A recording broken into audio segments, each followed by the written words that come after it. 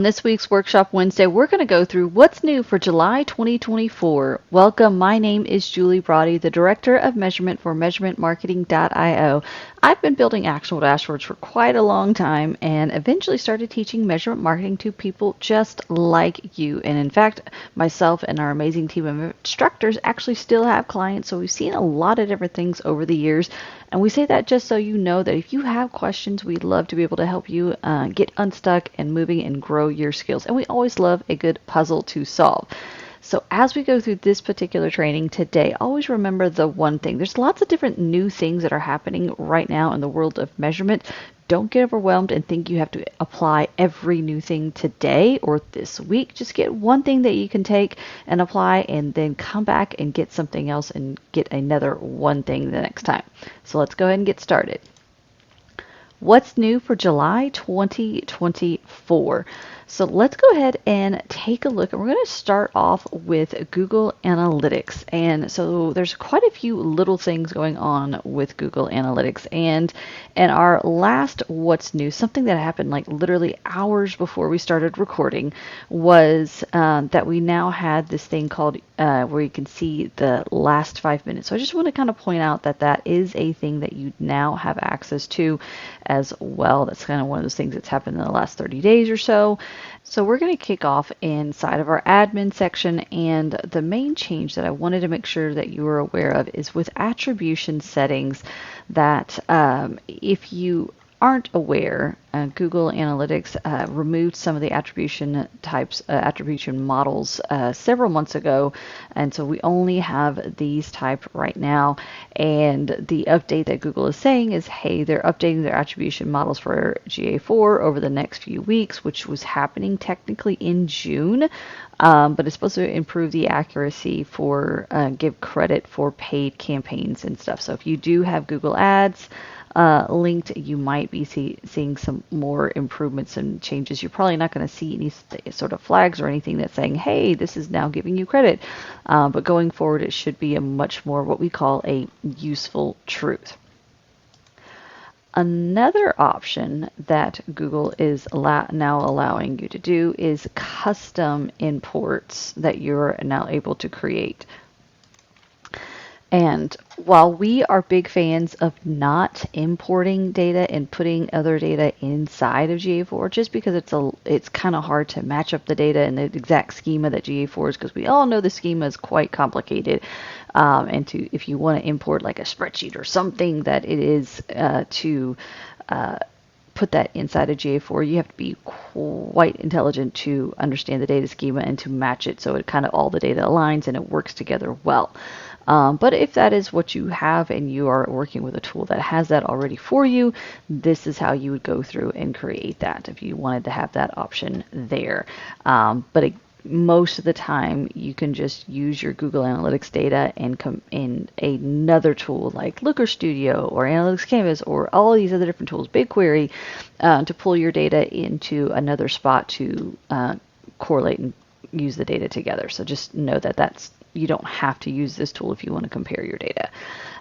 Something else that happened that probably should have happened a long time ago, and it is kind of confusing, but we're going to come into any one of these pages like traffic acquisition or landing page, and this is the thing that we're seeing now. So instead of conversion rate or anything that that makes sense, is session key event rate. So that is the new thing it is called. So if I wanted to see what was the session key event rate for this generate lead based off a landing page, I would be able to see which one. So if you have a lot of blogs or content, or if you have a lot, if you're an e-com site and you wanted to know which pages people were starting on and then purchasing, you can go through that. Or by traffic source, you can go through and look at this purchase. Whoop, that's that one. And then here's our purchase key event rate, session key event rate. And the thing that you can, if you hover over it, it's going to tell you that it's looking at sessions. and whatever key event that you're telling it to. So if you don't tell it any event, it's looking at all of them. So if you're looking at this, be very careful, because that could be leads, it could be just some sort of engagement. They played the video or something like that. If you're using those like a video play, or watch the video halfway through as some sort of session key event. So always make sure you change it to get the most useful truth. So that is just a verbiage change on theirs, and it's not quite intuitive. So you have that. Then coming into your advertising platform, like if you have Google Ads set up and linked, that you're going to have more options. You're going to be able to create segments inside of GA4. I'm actually going to bring that little piece over real quick so you can go through and create advertising segments, which is really, really useful. I've heard back and forth from different Google Ads experts that they prefer to create their audiences and stuff still inside of Google Ads, and they don't feel that Google Analytics is quite up to par just yet.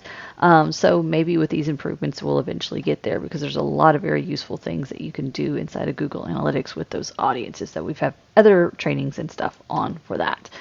And then going on to the more of our GA4 updates. And this actually applies to our Google Tag Manager updates as well. And so if we go into our data stream and we come into here, you might see some, if you go to your configure tag settings or anywhere where you're going to see this type of thing, you might see some needs attention. We started seeing this a few weeks ago with certain clients and kind of started rolling out to other people. Just know that needs attention may or may not actually needs attention. When this first started rolling out, we were seeing a lot of false flags, meaning things that didn't need attention, but it was true, but it didn't need attention. So just be aware, and you can communicate with your clients like, yes, because we have a different type of implementation and it's looking for a certain type. It's a brand new, so it's kind of learning the logic and stuff. So eventually I assume this will be a little bit more improved. So basically what it's saying is saying some of our pages are not tagged. If you have a different implementation or wrong implementation, it would flag it here as well.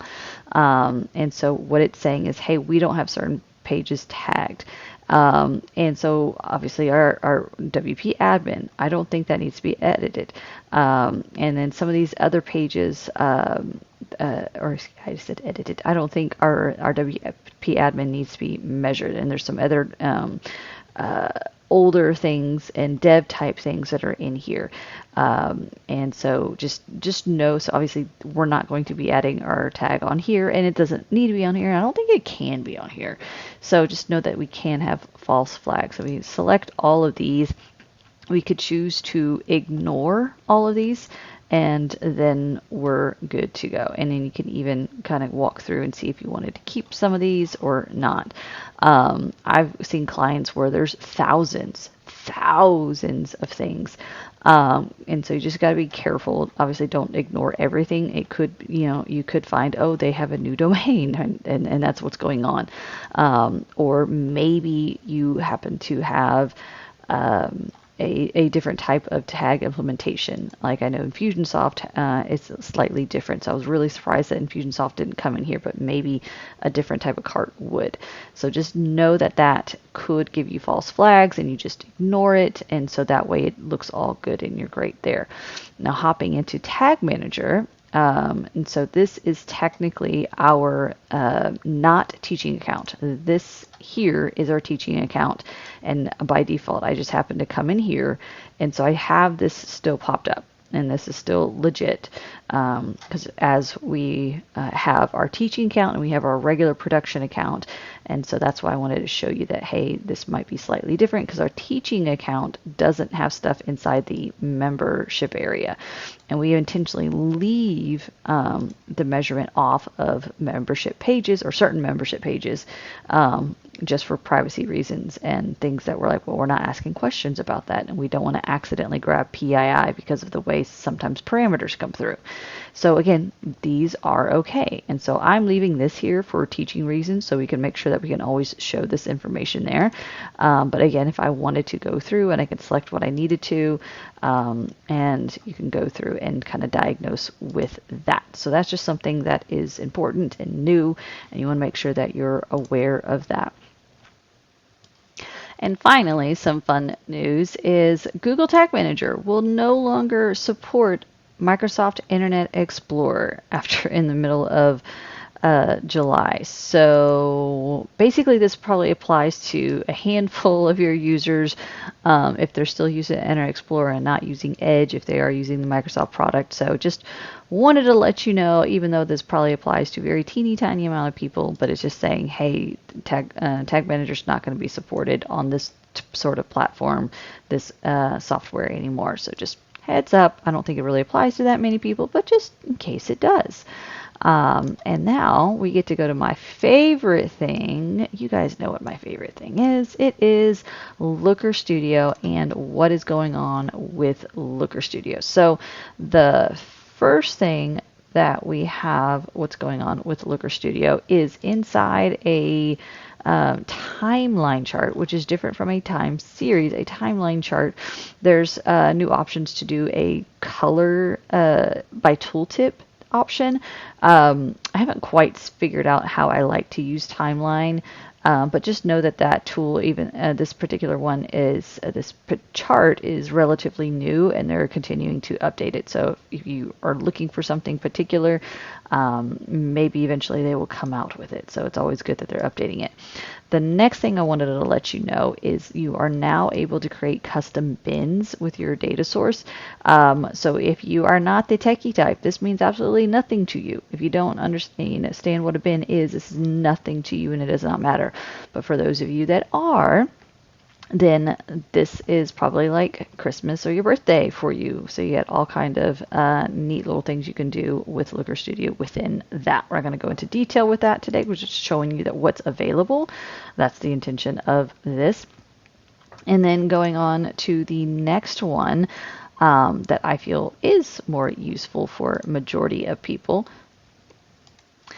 is if we choose if we choose an area chart, so we're going to look at these real quick, an area chart, a bar chart, a time series, or line chart, this is what applies. So we have a line and we go to our style, and then what we're going to see where we have this option to show data labels.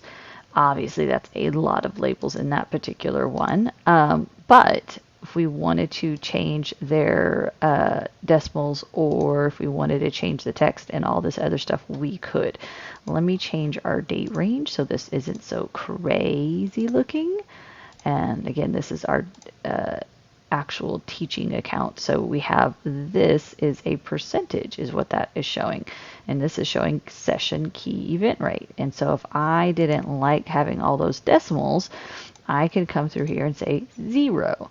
And if I wanted to make this bigger, I could. If I wanted to make it to different colors, I could. And you can have a different background for the labels so they kind of show up a little bit better. And so again, this is for the area charts. You can do it, line charts, bar charts, and time series charts. You have this option to customize how your labels look, which again could be super, super helpful if you're trying to communicate different things on your charts and make it easier for them to use. Another option that you could use is like what we have here. This is looking at the different browsers in here. I don't think we have any sort of Internet Explorer, but we could technically have it where it goes to 10 slices, and I could use this and see like, oh, do we have any of those? Or like, it's kind of hard to read and understand if you were looking for those other ones.